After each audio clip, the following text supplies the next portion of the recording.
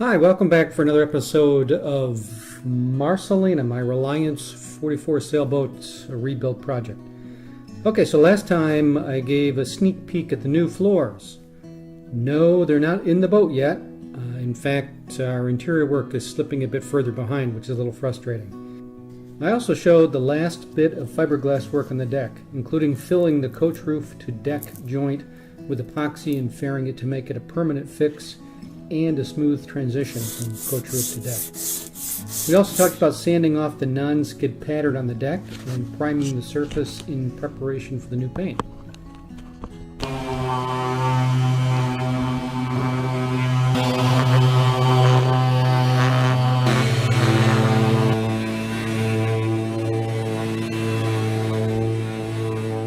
I mentioned an upcoming visit to Schaefer Marine in my last video, and I'm happy to say that I did make the visit, and I was very impressed. After consulting with my handy reference manual on all things rigging, I calculated the requirements for all the chain plate, stays, and the connecting hardware. Even though I could have simply replaced the existing rigging with the same size, I wanted to make sure it was all adequately sized and hadn't been compromised with lighter gear at some point in its life. What I did end up doing was specifying heavier rigging on the main mast and slightly lighter rigging on the mizzen. I've since placed an order with Schaefer Marine for the chain plates and hope to have them in a month or two. I'll be adding more Schaefer Marine hardware as the progress continues, and we'll cover that when we get to it. So let's talk about the interior. I've done some work installing another chain plate backing using the 3/4 inch G10. I also needed to remove glue from the inside of the hull before mounting some of the cabinet supports.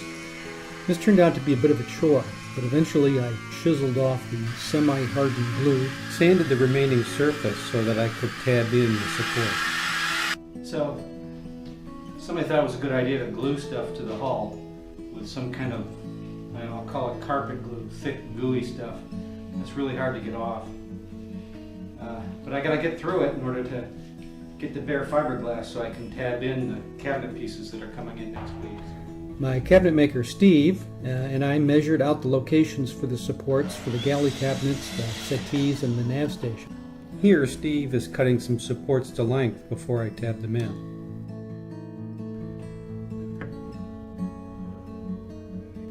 Previously I had used a high-density foam to fill the gap to the hull, but this time I tried Bondo. I have to work with smaller batches, and the sanding down after applying it is a bit more tedious, but there's much less preparation time and the bond is much stronger.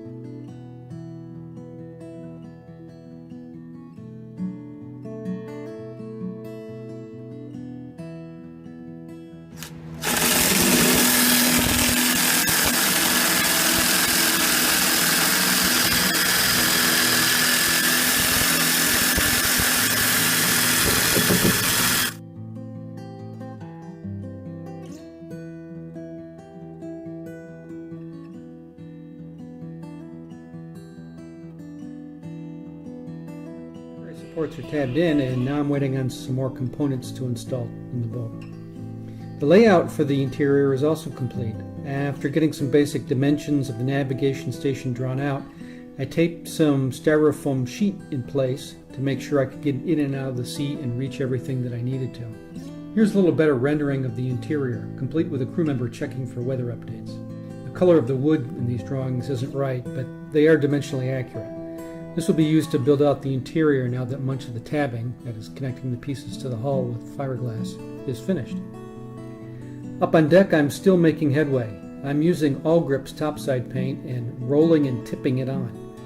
First, after cleaning the bird poop off the deck, those damn pigeons, and carefully preparing the surface with an acetone wipe followed by All Prep oil and wax remover, I taped off the area where the tow rail will go, and then put the first coat over the entire top surface. I got what are called fish eyes, 1/8 to 1/4 inch diameter circles where the paint doesn't adhere to the primer. It seemed to occur in areas where I know it was cleaned very thoroughly. Regardless, I sanded out those spots, maybe 100 of them or so, re-cleaned them and painted them over. It didn't need to be a perfect match because the first layer of paint gets sanded with 220 grit sandpaper in preparation for the next layer. Now the second layer is done just in the areas that won't have the non-skid surface. This layer dries shiny and smooth, after which I tape off these areas in preparation for the non-skid.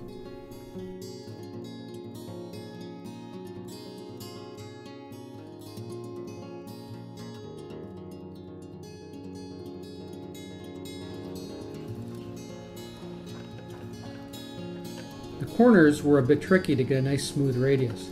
At first I tried to bend the tape around the corner, but quickly realized that that wasn't ideal. So I used a plastic cup as a guide and marked off the radius on the tape, then carefully traced the line with a razor blade.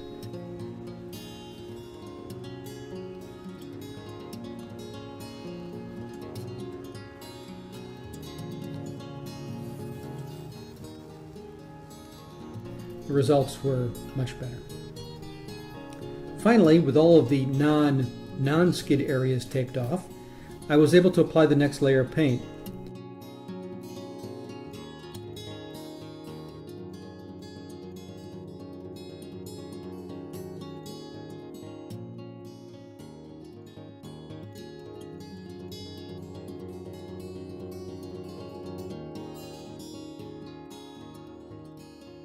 Then, while the paint was still tacky, I apply a non-skid particulate, rubber sand from a company called Soft Sand. It's generously applied and then blown around and off with low pressure air to ensure complete coverage.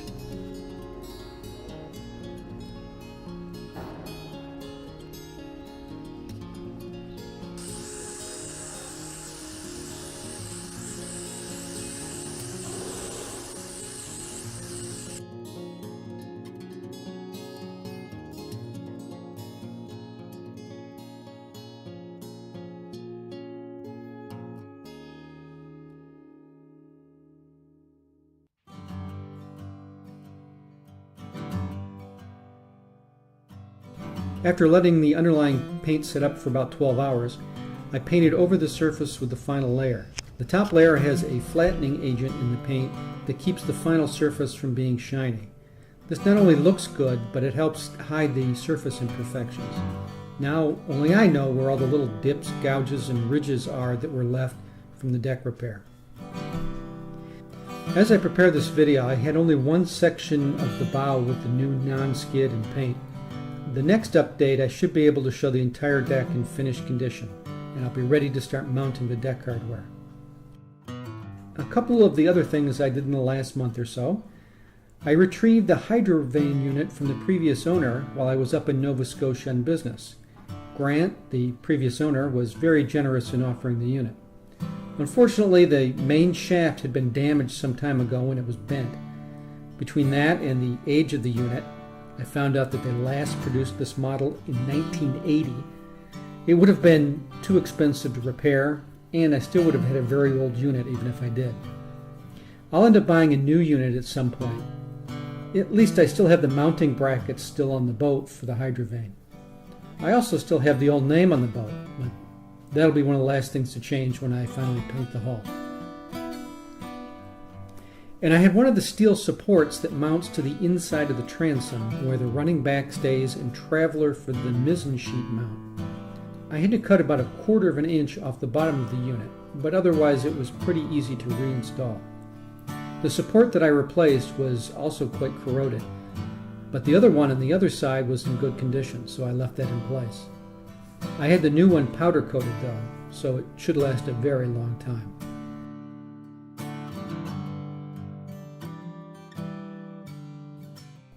And one other thing that's been distracting me recently, the record high water levels on Lake Ontario.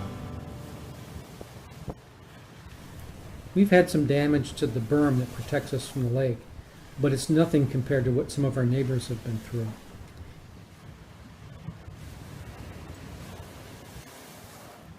Even with the high water problems this year, with the beautiful sunrises and sunsets over the lake, it's definitely the best place I've ever lived. Well, that's it. Thanks for watching. I look forward to providing more updates as our project continues. Thanks.